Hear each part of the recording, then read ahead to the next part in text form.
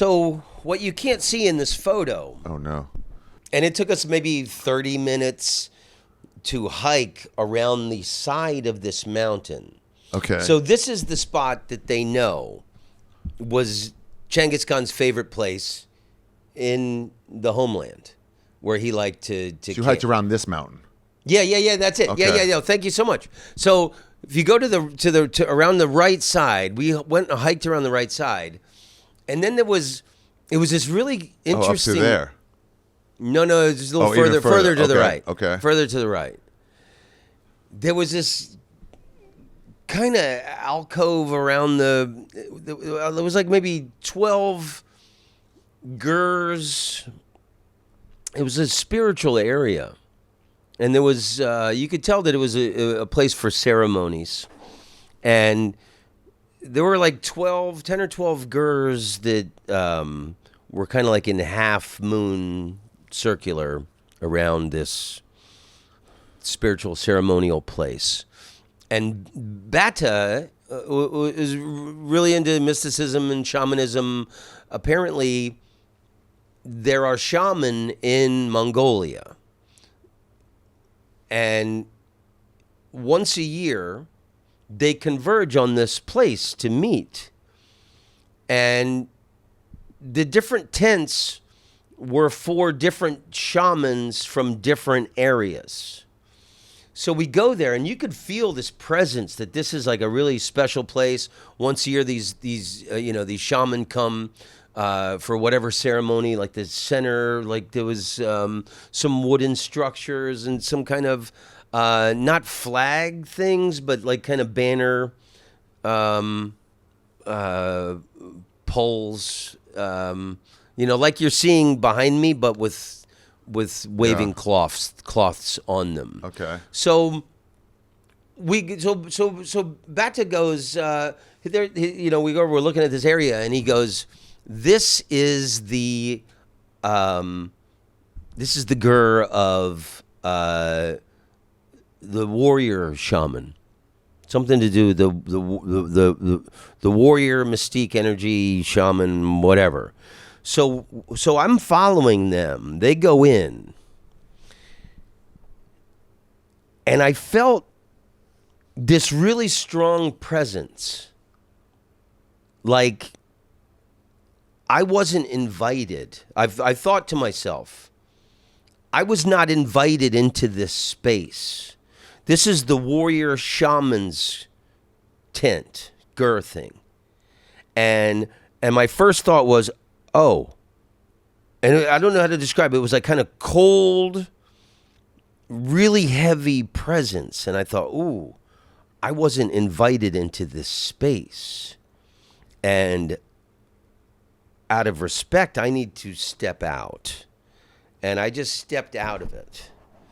And when I got out, there was a super hot 30-year-old Mongolian woman standing there, not far. And she says, hello. And I said, hi. And then Bata and Zolo come out, and then they're speaking Mongolian. And then Bata tells me she's a shaman. And he's asked her if she would give us a little tour, because I'm from I'm from wherever. And so then the woman takes us. She takes us into this. She goes, "Please come in." And then so she invites me in to the warriors' tent, gur, and that cold, heavy, imposing feeling was gone. No. And then I felt kind of this warmth, like I was welcomed into this space. And I actually feel that some kind of spirit of Mongolian warrior entered me while I was there. And then she shows us around to the other ones, and they were all cool and had different, shamanistic items in them, but none were as fascinating or as powerful feeling for me as the warriors' shamans' gur. And then we come out. It's starting to get a little dark, and I thought about it. How can this woman, very attractive 30-year-old Mongolian woman, who's a shaman, just magically appears in this? There's no roads for miles. Maybe she was living somewhere around some other mountain. I don't know. But here's the thing.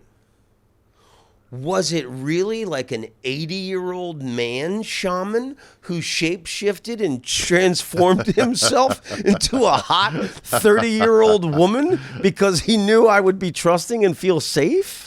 That's the thing.